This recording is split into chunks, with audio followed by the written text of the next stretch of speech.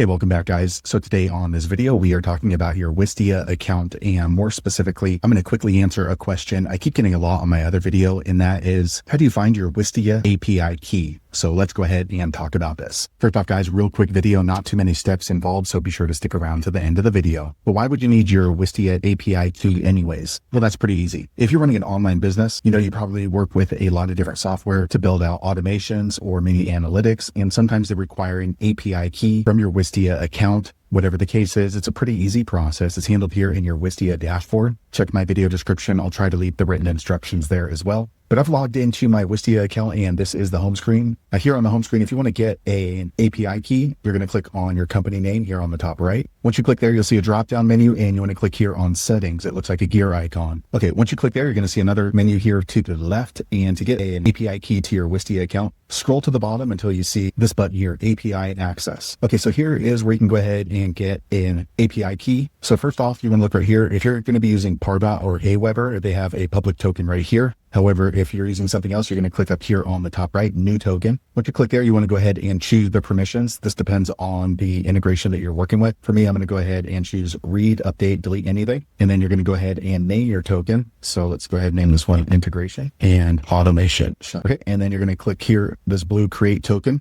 button. Okay, a quick second later, you're going to see a long alphanumeric string. That is your Wistia API token. So you can click on these little paper icon buttons right here. Okay, now it's copied to my clipboard. Let me close this down. Okay, now I can go ahead and paste the API key into the other software that's requesting it. So there you have it, guys. If you're wondering how to find your Wistia API token or key, that's the easiest way I know how to find it. If you know an easier way, be sure to leave a comment below. Let the rest of us know how you did it. Hopefully you found that video useful. If so, click thumbs up or maybe consider subscribing to my channel, and I hope to see you on the next video. Thanks again for watching.